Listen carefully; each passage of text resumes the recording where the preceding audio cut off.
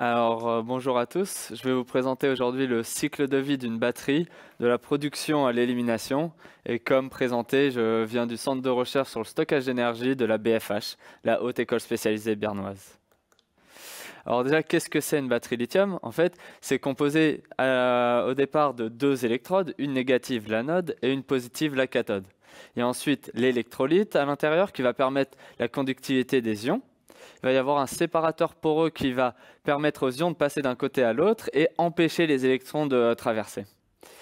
Enfin, il y aura des collecteurs de courant de chaque côté, un collecteur de courant de cuivre à l'anode et en général d'aluminium à la cathode. Il y a plusieurs styles de batteries. Il y a les batteries primaires qui peuvent que se décharger et les batteries secondaires qui peuvent se charger et se décharger.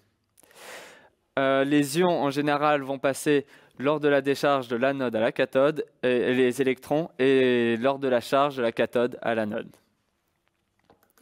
Alors qu'est-ce qui regroupe les batteries lithium? En fait, le terme batterie lithium, c'est un terme générique qui regroupe toutes les batteries qui utilisent en fait le lithium comme porteur de charge. Pourquoi on utilise le lithium? C'est assez simple, c'est le métal le plus léger, ça a le plus haut potentiel électropotentiel et du coup ça a la meilleure densité énergétique. Mais il y a de nombreuses chimies au sein des batteries qui composent du coup les différentes électrodes. Pour la cathode, on trouve des oxydes de lithium, nickel, manganèse, cobalt, NMC, nickel, cobalt, aluminium, NCA, etc. Pour l'anode, on a en majorité deux anodes qui sont utilisées, c'est le graphite et lithium titanate, du coup LTO. Chaque chimie aura ses propres caractéristiques et ses propres avantages et désavantages, ce qui rend un peu compliqué le choix de la bonne batterie. Ici, on voit différents diagrammes qui montrent en fait les performances des batteries selon leur chimie. Du coup, c'est très polyvalent les batteries lithium grâce à ces différentes chimies, mais en même temps, c'est un peu un casse-tête pour les entreprises pour choisir celle la plus optimisée à leur performance. Si on regarde en haut à gauche, c'est le diagramme pour le lithium cobalt oxyde, ce qui est appelé LCO. On a différents paramètres. Ici, c'est la densité énergétique, la densité de puissance, la sécurité, les performances, la durée de vie et les coûts. C'est un peu les paramètres standards. Pour LCO, on voit que c'est le cercle rouge, du coup c'est la densité d'énergie qui est en fait sa caractéristique première, son avantage. En revanche, la flèche verte montre où est-ce que la recherche essaye d'améliorer cette chimie. Du coup pour ici, c'est la sécurité. On peut voir ça que selon les différentes chimies, c'est vraiment des avantages et des désavantages qui sont bien distincts. Il y a beaucoup de critères d'évaluation des batteries. Comme je vous ai dit, il y a la densité énergétique, densité de puissance, les coûts, la durée de vie, qui sont un peu les critères standards. Mais en fait, il y a beaucoup d'autres critères qu'on devrait prendre en compte. Il y a la sécurité, il y a les conditions de fonctionnement. Chaque batterie, selon sa chimie, aura des températures, des plages de température différentes d'utilisation. Il y a la toxicité, la recyclabilité, les vitesses de chargement, déchargement, le déchargement naturel ou encore le vieillissement temporel. Tous ces facteurs doivent être pris en compte si on veut choisir la batterie la plus optimisée pour une application. Comme il y a beaucoup de chimies différentes, il y a beaucoup de matières premières qui sont dans les batteries. Et on a vu ces derniers temps la production, en tout cas les demandes pour de batteries exploser. Dans les années 2000, c'était environ 2 gigawattheures de production de batteries. À l'heure actuelle, c'est environ 200 à 300 gigawattheures de production de batteries. Et on attend pour 2030 environ 2000 à 3000 gigawattheures. Du coup, on doit se poser la question, en fait, est-ce que l'offre répondra à la demande? Il y a beaucoup de matériaux qui sont présents à l'intérieur. Il y a du lithium, du graphite, du nickel, du manganèse ou encore du cobalt. À l'heure actuelle, c'est vraiment le cobalt qui est le matériau qui reçoit le plus d'attention. Pourquoi? Parce que si vous regardez dans la carte et vous regardez en Afrique au milieu, au Congo, on a un grand pic orange. En fait, la majorité de la production du cobalt vient de cette région du Congo. Ça pose des problèmes éthiques avec les conditions de travail, politiques parce que les mines sont majoritairement au Congo, et aussi économiques parce que c'est un des matériaux les plus chers à l'intérieur des batteries. Dans le petit carré, vous pouvez voir où sont produits les différents matériaux pour les batteries. Alors, comme le cobalt a beaucoup d'enjeux, on essaie énormément de réduire la quantité de cobalt. Au début, la chimie NMC, qui est une des chimies les plus utilisées, a été développée pour 1/3 de nickel, 1/3 de manganèse, 1/3 de cobalt. Au fur et à mesure des recherches, on s'est rendu compte qu'on pouvait réduire cette quantité en gardant plus ou moins les mêmes propriétés. Et on utilise actuellement du NMC 811, ce qui est 80% de nickel, 10% de manganèse, 10% de cobalt. On a même atteint des 90%, 5%, 5%, et dans le futur, on espère pouvoir ne plus avoir besoin de cobalt.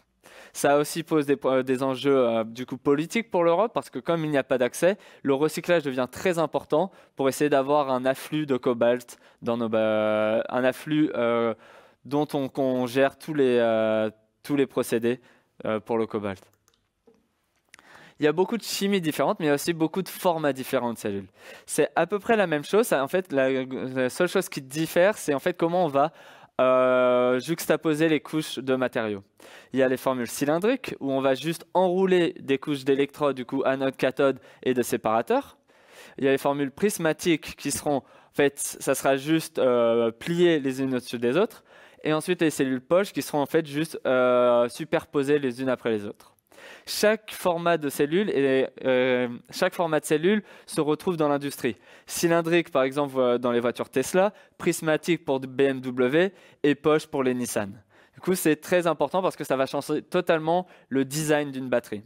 Aussi, chaque format a ses propres avantages. Cylindrique, c'est très peu cher, c'est facilement automatisable, mais on perd du volume si on en met plusieurs les unes à côté des autres. Prismatique, c'est très facilement utilisable, mais en général, c'est plus cher et ça utilise le volume d'une manière moins efficace quand elles sont pliées les unes sur les autres. Et enfin, poche, c'est la meilleure, présente les meilleures performances, mais c'est très difficilement automatisable et c'est difficile à manipuler, comme on peut faire énormément de pression sur la cellule. Alors, comment on crée une batterie? En fait, on crée une batterie, on va avoir des cellules. Une cellule, c'est environ 3,6, 3,7 volts et quelques dizaines d'ampères-heure au maximum. Et du coup, on va les connecter en série ou en parallèle. Ces cellules vont être ensuite connectées pour former un module. Ce module, il y aura une structure, un système de contrôle du module pour voir comment c'est utilisé et une structure mécanique. Ces modules-là seront ensuite implémentés les uns à côté des autres, juxtaposés les uns à côté des autres pour former le battery pack, qui sera ensuite géré par une grande structure, un autre système de contrôle, et on peut implémenter aussi du coup des systèmes thermiques pour gérer thermiquement la batterie. Il y a plusieurs manières, du coup, soit on fait plein de petits modules, soit on augmente la taille des modules pour avoir moins en moins de modules présents. Les batteries, ça a énormément d'énergie à l'intérieur. Du coup, il faut faire attention à comment on l'utilise. La zone d'utilisation d'une batterie est très restreinte. En général, quand on achète une batterie, on aura le fournisseur qui spécifie une plage de fonctionnement sûre en termes de tension, de courant, de température, etc. Il faut s'assurer que le BMS, qui est en fait le système de contrôle, est conforme à la fiche technique de la batterie. Enfin, pourquoi on veut utiliser une batterie dans une plage de température ou de voltage très définie? Tout simplement parce que si on regarde ce graphique et que, par exemple, le voltage en X et la température en Y, si on est à basse température, on risque d'avoir du lithium plating. On va créer des dendrites quand on va faire des cycles. Et en fait, ces dendrites vont perforer le séparateur et former un court-circuit. Si on a une température trop haute, on va avoir le séparateur qui va fondre. S'il fond, on va avoir les deux côtés qui vont se rejoindre et du coup un court-circuit. À haute température, on a aussi de la dégradation. À basse température, on a aussi de la dégradation. Du coup, c'est très intéressant, c'est très important au niveau de la sécurité, mais c'est aussi pour la plupart des applications judicieux de limiter davantage les plages d'utilisation pour maximiser l'autonomie de la batterie. Les batteries vont se dégrader pendant leur utilisation. Du coup, les performances vont devenir de moins en moins bonnes. Il y a plusieurs types de dégradation, il y en a deux principalement, la dégradation cyclique et la dégradation temporelle. La dégradation cyclique, c'est quand on utilise une batterie, on va avoir une diminution de l'énergie disponible, charge et décharge, ou encore une diminution de la puissance disponible. Dans ce graphique, vous pouvez voir en X, c'est le nombre de cycles, en Y, c'est le SOH qui est appelé l'état de santé, et on voit qu'au fur et à mesure, l'état de santé diminue. De l'autre côté, on voit la dégradation temporelle, et ça, c'est indépendant de l'utilisation, et c'est très pertinent pour le stockage. selon à quelle température on va stocker, à quel état de charge on va stocker la batterie, on peut voir que la dégradation ne sera pas la même. Ce graphique en bas à gauche montre, c'est un peu compliqué à lire, je m'en excuse, mais il montre en fait la dégradation des batteries selon différents paramètres. En Y, vous avez la température, en X, vous avez la température, en Y, vous avez le nombre de cycles jusqu'à une certaine dégradation. Ce qu'on voit, c'est qu'environ à 25 degrés, c'est là où on a les meilleures performances pour les batteries. Ensuite, si on va à 45 degrés ou à 5 degrés, le nombre de cycles qu'on peut atteindre est réduit. Il y a aussi d'autres paramètres qui seront en jeu. Ça sera la vitesse de déchargement ou encore la profondeur de décharge. Combien de pourcentage de la batterie on utilise. Alors du coup, l'influence, le nombre de cycles atteignables est vraiment défini en majorité par deux paramètres. C'est le niveau de tension et la profondeur de décharge. Ça, c'est très important pour définir des stratégies opérationnelles pour maximiser la durée de vie et du coup réduire les coûts et aussi réduire l'impact écologique. À droite, vous voyez, c'est un diagramme qui montre en fait l'état de charge et le depth of discharge, qui est du coup la profondeur de décharge. La première ligne, où il y a marqué 500 cycles, en fait, on va avoir une profondeur de décharge de 100% et un état de charge de 100%. Là, du coup, on va pouvoir atteindre environ 500 cycles et ce qu'on va normaliser à une énergie de 100%. Ensuite, si vous descendez sur la couleur bleue, vous allez avoir une profondeur de décharge d'environ 90% et on va atteindre un état de charge maximum de 90%. À cette fois-ci, on arrive à 1500 cycles. Du coup, juste en changeant ces deux paramètres, on arrive à gagner 1000 cycles. En revanche, ce n'est pas la même énergie qui est utilisée parce qu'on n'utilise pas la même énergie à chaque cycle. Mais ce qu'on voit, c'est qu'on arrive à peu près à utiliser 270% de l'énergie. Si on va tout en bas de ce diagramme et qu'on voit, on définit la profondeur des charges à 70% et qu'on définit l'état de charge maximum à 70%, ce qu'on voit, c'est qu'on arrive à 5000 cycles et du coup 700% d'utilisation d'énergie. C'est très important parce que ça nous montre qu'on peut avoir beaucoup plus d'énergie dans la batterie en utilisant des cycles plus faibles. En revanche, par contre, ça a un problème. Le problème sera de la complexité accrue du système de gestion de la batterie, du coup du BMS. Et aussi, du coup, on doit avoir un système de gestion de l'énergie qui empêche la batterie d'arriver à des états de charge trop hauts ou d'utiliser trop d'énergie. Ici, c'est les données de dégradation pour les voitures Tesla. Ce qu'on voit en fait dans ce diagramme, c'est en X, ça sera le nombre de kilomètres et en Y, c'est la dégradation. Ce qu'on voit, c'est que si on regarde spécifiquement à 50 000 km, on a une batterie, celle la plus bas, qui est à peu près à 83%. En revanche, la même batterie, si utilisée par un autre utilisateur, pour 250 km, sera encore à 90% de son état de santé. Ça montre qu'en fait, selon la manière dont on utilise la batterie, on peut vraiment optimiser, avoir un réel impact sur la dégradation d'une batterie. Jusqu'à maintenant, on parle d'optimiser la première vie d'une batterie. Du coup, on va designer un battery pack pour une première vie. Par exemple, les voitures électriques. On va l'utiliser et ensuite, cette batterie sera dégradée. Elle va atteindre, par exemple, 80% de son état de santé. Là, en fait, on va réfléchir. Ce 80% n'est plus assez performant pour une voiture électrique parce qu'on veut pouvoir faire le plus de kilomètres possible. En revanche, pour stocker des énergies renouvelables, pour faire du stockage d'énergie stationnaire individuelle, ce n'est pas si grave. Du coup, on va utiliser ça dans une deuxième application jusqu'à une nouvelle état de dégradation et enfin, on arrivera aux fins de vie où on va penser au recyclage. Cet aspect, ça a été utilisé par Keyboard, une entreprise suisse aux alentours de Lucerne, si je ne me trompe pas, qui designait des petits scooters électriques pour la poste. Ils utilisaient la batterie, elle s'est dégradée et c'était plus assez performant pour faire ces cycles. C'était environ 5 ou 7 ans d'utilisation. Ils l'ont utilisé dans un autre scooter qui demandait moins de performance, enfin dans du stockage d'énergie stationnaire, et enfin, ils ont pensé au recyclage. Ils ont déjà testé des processus de recyclage pour construire une première usine pilote comme point de départ pour voir s'il y avait vraiment un impact économique, un intérêt économique. Du coup, l'objectif était d'extraire les matières premières avec environ 10 minutes de travail par cellule. Ça, c'est une vidéo qui montre leur processus. Du coup, déjà, ils ont les battery packs. Ils vont les décharger très lentement pour qu'il y ait moins d'énergie possible dans la batterie, ce qui fait que c'est moins dangereux. Les batteries que vous voyez ici, c'est des batteries, c'est des cellules prismatiques qui sont assez grosses et qui sont très faciles à démanteler et autres. C'est une procédure semi-automatique.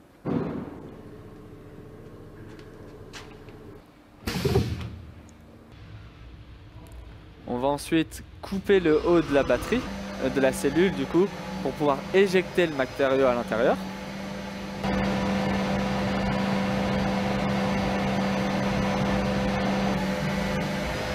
Ici, vous pouvez voir du coup la cathode et l'anode et le séparateur au milieu.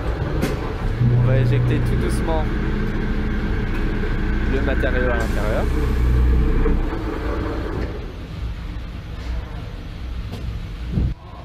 Tout en délicatesse.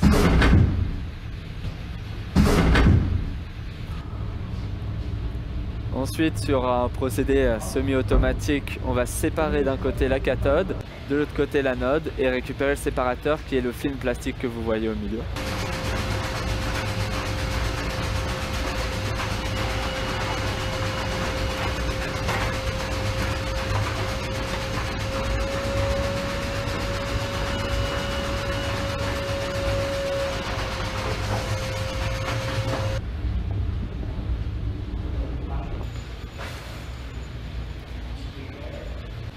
Ensuite, la cathode et l'anode seront placés dans des solutions pour récupérer les matériaux actifs et les réutiliser dans d'autres batteries.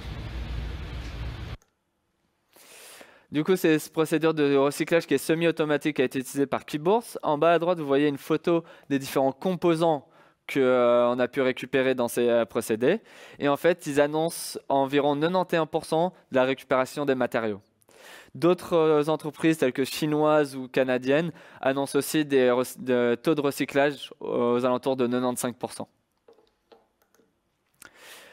Alors le cycle de vie d'une batterie, on va avoir l'extraction des matériaux, on va essayer de faire attention d'utiliser le moins d'énergie possible. Le raffinage, on va avoir après la production des matériaux actifs qui composent cathode, anode. On va avoir la production de la batterie, on va assembler ces différents matériaux. L'utilisation. Ensuite, on a 3 manières de penser. On a la mise en décharge qui n'est plus vraiment dans l'air du temps, on essaie de ne jamais faire ça maintenant. On a la seconde vie, réutiliser la batterie dans une deuxième application comme mentionné. Et enfin, on passe au recyclage. Il y a différents processus de recyclage.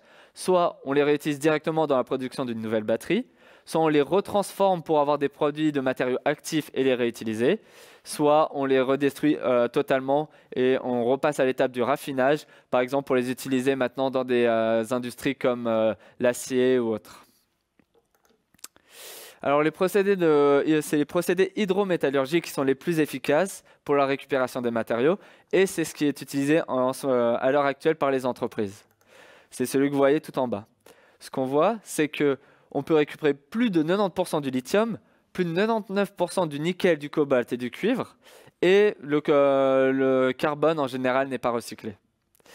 C'est très intéressant parce que ça veut dire qu'on arrive à récupérer tous ces matériaux. Ce qu'il faut du coup, c'est plutôt est-ce que ça a un impact économique et est-ce que on arrive à avoir un intérêt économique pour le faire.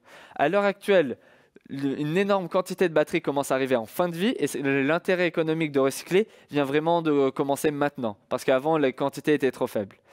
Un des problèmes qu'on a aussi, c'est qu'on essaie de réduire au maximum le cobalt des cellules pour réduire le prix. Mais si on réduit le prix des matériaux dans une cellule lithium, on réduit aussi l'intérêt du recyclage. Du coup, c'est toujours un peu une négociation entre ces différents aspects. Mais à l'heure actuelle, il y a énormément d'intérêt qui est mis sur le recyclage parce qu'on pourrait récupérer ces sources de cobalt, surtout en Europe ou aux États-Unis.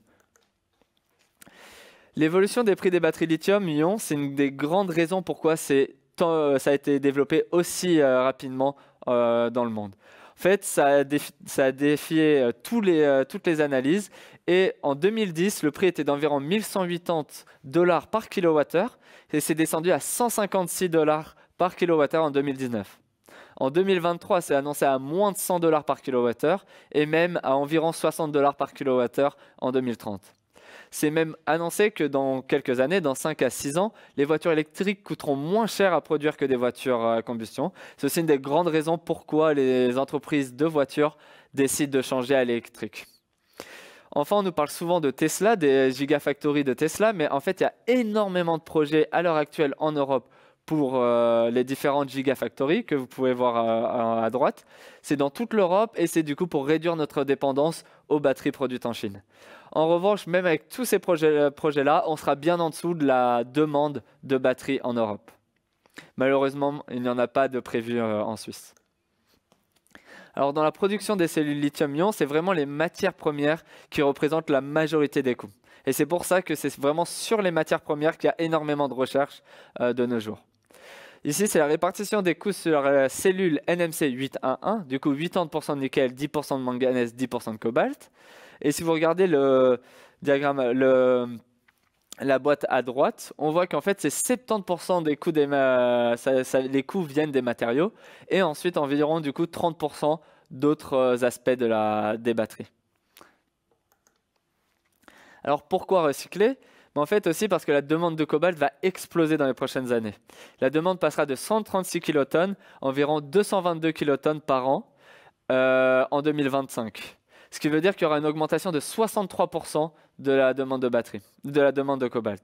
Et en fait, ce qui est surtout très important, c'est qu'en fait, la part de batterie dans cette production mondiale va passer de 30% à 53%. Ça veut dire qu'en fait, il y a plus de la moitié du cobalt qui sera extrait, qui sera vraiment à être utilisé dans les batteries. Enfin, les batteries lithium-ion contiennent une grande source d'énergie et du coup nécessitent des conditions adéquates et la présence de procédures de sécurité qui sont en fait dans le système de contrôle. Ici, vous pouvez voir en fait, c'est le cas de bus électriques en Chine. Des bus étaient juste dehors dans un parking tôt le matin et en fait un va prendre feu et ça prend feu très rapidement. Peut-être mauvaise connexion, mauvais système de contrôle. Et en fait, ce que vous allez voir, c'est que ça dégage tellement d'énergie que ça va se propager aux différents bus. Et heureusement que déjà que c'était à l'extérieur, que c'était tôt le matin et que c'était et qu'il n'y a pas eu de blessés.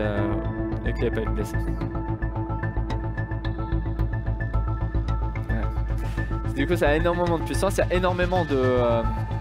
y a énormément d'exemples ces 5-6 dernières années. Par exemple, les téléphones Samsung, il y a quelques années, explosaient d'elles-mêmes, venaient tout simplement d'un mauvais design de la batterie. Alors, à la Haute École spécialisée bernoise, en fait, on a fait des lignes directrices pour l'évaluation technologique et les tests des batteries lithium-ion. C'était une étude commandée par Armasuite en 2016-2017. Et en fait, c'est une introduction au principe de base des batteries lithium, aperçu des différentes technologies, de comment les utiliser, les règlements, et enfin, les différentes étapes du cycle de vie. C'est un rapport qui est en fait écrit en allemand de 125 pages avec énormément d'illustrations et autres. Et la version PDF est disponible à l'email que vous voyez ici, simplement si vous le demandez. En revanche, vu que c'est en allemand, si assez d'entre vous seraient intéressés, on pourrait voir pour faire une traduction en français ou encore la réactualiser. Alors la BFH, c'est le centre de recherche de stockage d'énergie. On travaille sur tous les aspects du stockage d'énergie. On fait des essais et caractérisation des systèmes de stockage d'énergie. Du coup, on fait des tests, on fait des modèles pour voir comment ça va se dégrader. Ensuite, on a des systèmes de contrôle qu'on va faire des algorithmes pour l'utiliser. On est aussi avec les piles à combustible, l'utilisation de réseaux intelligents, du coup réduire la consommation d'énergie en optimisant les réseaux électriques. Tout ça, c'est sous le laboratoire. On se concentre du coup à faire des tests sur les batteries, sur les BMS. Avec ces modèles, on va ensuite faire des modèles qui vont nous permettre de voir leur comportement et prédire leur utilisation. On va avoir une création d'algorithmes qu'on va implémenter dans le hardware pour voir si les paramètres de sécurité sont respectés et on va valider tout ça. Enfin, merci de votre attention, c'était un plaisir et si vous avez des questions, ça sera avec plaisir. Voilà Bruno, je t'invite à venir vers nous. Merci beaucoup. Pour justement poser ces questions. D'ailleurs, je tiens d'abord à te remercier pour la présentation, puisque tout le monde croyait qu'on ne pouvait rien faire avec ces batteries, surtout pas les recycler. Et puis en plus de ça, qu'on allait creuser au Pérou pour ramasser des minéraux, pour faire des batteries au lithium, et puis qu'après on foutait tout à la poubelle. Ouais. On voit ici que ce n'est pas tout à fait le cas, quoi. Non, c'est vrai que beaucoup de fausses nouvelles et beaucoup de choses sont dites sur les batteries et que c'est difficile à contredire quand on n'a pas la plateforme. Oui, tout à fait. Maintenant, je ne sais pas s'il y avait quelques questions pour l'instant. Personne. Je n'ai pas de questions. Alors, j'en avais quand même préparé une ou deux. Hein. On parle des réserves de lithium, réserves de cobalt à la vitesse où les véhicules électriques, surtout les véhicules électriques, hein, parce que station d'énergie, pour l'instant, c'est un petit peu plus... il y a moins de subventions, donc c'est moins courant, mais ouais. Est-ce que ces réserves, aussi bien en Afrique que peut-être en Amérique du Sud, seront encore valables pour 10-15 ans, quand il y aura vraiment un essor de voitures électriques? Du coup, ce qui est bien, c'est que en fait, au court terme, au moyen terme, le lithium, on n'aura pas de problème d'utilisation. En fait, ça dépend aussi des différents matériaux, mais en tout cas, pour le lithium, au court terme et moyen terme, il n'y aura pas de problème. Bien sûr, si toute la consommation commence à passer que sur du lithium, il risque d'y avoir des soucis dans 40-50 ans. En revanche, à l'heure actuelle, le lithium est en fait un produit d'une extraction qui n'est pas totalement utilisé. Au Pérou, par exemple, ces champs de lithium, c'était aussi un sous-produit d'une autre réaction et d'un autre composant qu'on voulait avoir. Du coup, selon le lithium, ça va à peu près, il n'y a pas de grands problèmes. Il faudra juste faire attention, du coup, après, à recycler, à récupérer les matériaux. En revanche, pour le cobalt, par exemple, ça, c'est aussi dans les 30-40 prochaines années, il ne devrait pas y avoir de soucis parce qu'il y a des grandes réserves. C'est un matériau très utile, mais ça pose d'autres problèmes économiques, comme mentionné, éthiques, parce qu'il y a ces conditions dans les mines, même si c'est 10% des mines qui sont artisanales et du coup, il y a du travail d'enfants et autres, ça reste 10% de trop par rapport à ce qu'on voudrait. Du coup, sur la majorité des composants, il n'y a pas de souci à court terme et à moyen terme. Bien sûr, dans 100 ans, on ne sait pas encore, mais ça sera réajusté et ensuite voir si on peut. Le grand impact serait d'avoir des meilleurs processus de recyclage pour ne pas se préoccuper de ce qu'il y a dans 50 ans et réutiliser ce qu'il y a. Mais justement, dans ces processus, si je me souviens bien, lors d'une discussion qu'on avait eue, le cobalt, il n'est pas vraiment utilisé pour refaire des batteries. Il est mélangé à d'autres aciers pour faire des outils ou des choses comme ça, tu avais dit, non? C'est juste? Du coup, il y a plusieurs aspects. Le cobalt peut être utilisé dans les batteries s'il est bien traité et autres. Il y a aussi du coup l'acier qui est énormément une grosse industrie où le manganèse est réutilisé dans l'acier parce qu'il est un peu utilisé, un peu moins pur, et dans l'acier c'est un peu moins grave. Et du coup, voilà, il y a des aspects qu'on peut réutiliser. La plupart, on peut réutiliser pour refaire des batteries avec un processus de recyclage adéquat. Et en revanche, il y a quelques petites choses qui sont peut-être utilisées dans d'autres industries parce que c'est économiquement favorable. J'ai une question qui vient d'arriver. Donc là, je vais te la poser telle quelle, hein, on verra. Ouais. Quels sont les critères de développement durable et de sécurité proposés pour les batteries? Du coup, les critères de développement durable, c'est de faire une économie circulaire, en fait. Du coup, de faire en sorte qu'en Suisse, celui qui va produire la batterie est déjà en train de discuter avec celui qui va la recycler pour arriver à des meilleurs rendements. On a énormément, du coup, il y a énormément on va dire, d'analyses de cycle de vie qui permettent de voir combien de CO2 sont produits pour 1 kg de batterie, combien de tout ça, et où sont les impacts en fait qu'on peut avoir. Si c'est vraiment le transport qui a un problème, du coup, il faut voir si on peut le ramener. À l'heure actuelle, c'est plutôt la production des matières premières, du coup, extraire le cobalt et le raffiner qui a un gros problème. Et tout ça, on est en train de travailler pour améliorer, et c'est là où vraiment on a les impacts. Dans l'utilisation, par exemple, ce n'est pas jeter sa batterie une fois qu'elle est à 80% de son état de santé. Si on fait ça, on perd 20%, du coup on perd peut-être 5 à 6 ans d'utilisation avant de la jeter. Du coup, c'est pour ça qu'on regarde sur vraiment tous les aspects du cycle de vie. Et la deuxième partie de la question, c'était la sécurité. La sécurité, c'est un grand aspect. C'est une des grandes raisons pourquoi le lithium est un peu freiné dans différentes applications, parce que les technologies plomb ou nickel, en fait, sont très sûres à être utilisées, alors que la lithium, quand il y a beaucoup d'énergie et elles peuvent prendre feu, c'est un grand problème. Pour ça, il y a du coup les systèmes de contrôle qui sont vraiment très performants. Maintenant, on fait aussi des manières où s'il y a un problème avec une cellule, l'énergie a un échappatoire pour ne pas exploser. Et enfin, on développe de nouvelles technologies comme LFP et LTO qui, elles, sont beaucoup moins dangereuses, mais en général, c'est au détriment de la densité d'énergie. Puis là, j'ai une question personnelle, parce que moi, je roule en véhicule électrique depuis à peu près 6 ans et demi. Ouais. L'impact de la température au niveau des batteries, est-ce que c'est la même pour tous les types de batteries, ou bien est-ce qu'il y a des batteries qui supportent mieux? Du coup, chaque type de batterie, chaque chimie est différente. Dans les chimies, en fait, on n'est jamais sûr exactement de la chimie parce que le constructeur de batterie va ne pas le dire pour des problèmes de vol, de chimie et autres. Du coup, si on veut voir exactement la chimie, on doit regarder la coupée. Mais en général, on sait quel type de chimie c'est, et ce type de chimie a le même comportement selon dans la catégorie.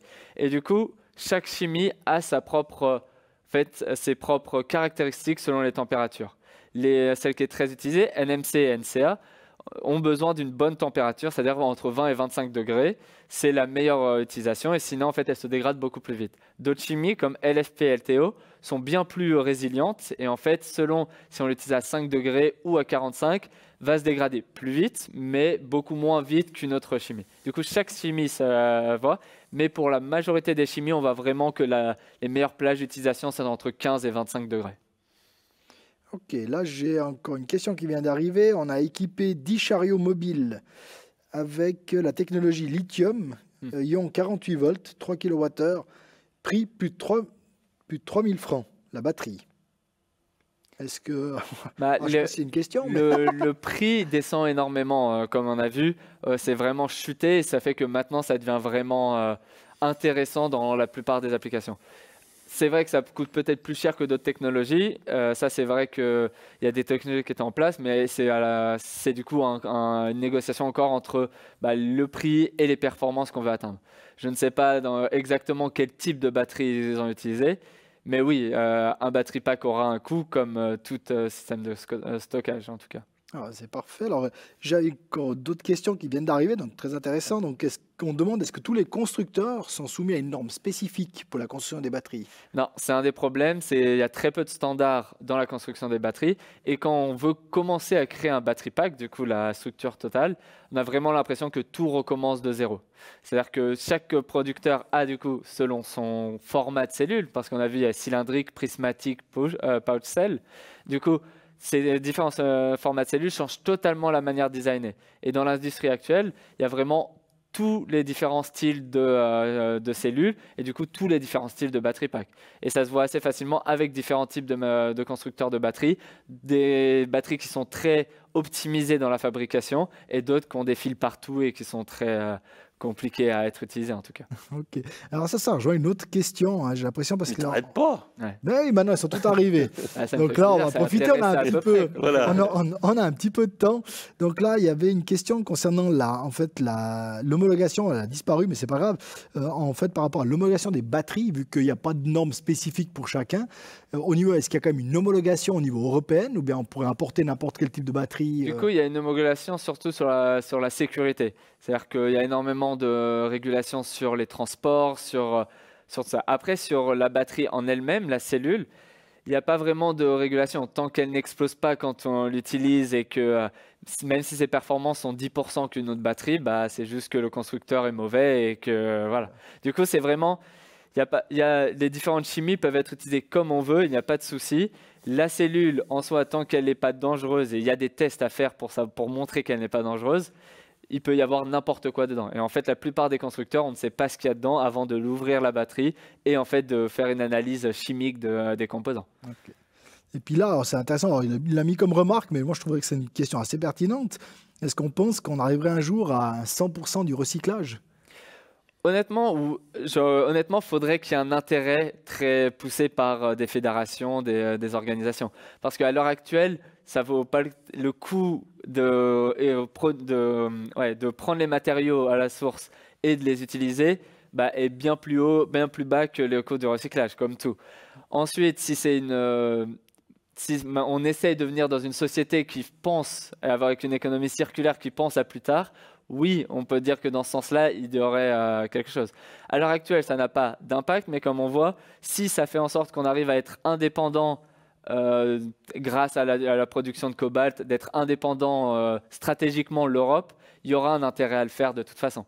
Du coup, c'est un mix entre les coûts, l'intérêt politique dedans, et est-ce qu'on veut vraiment partir dans une société écologique ou pas.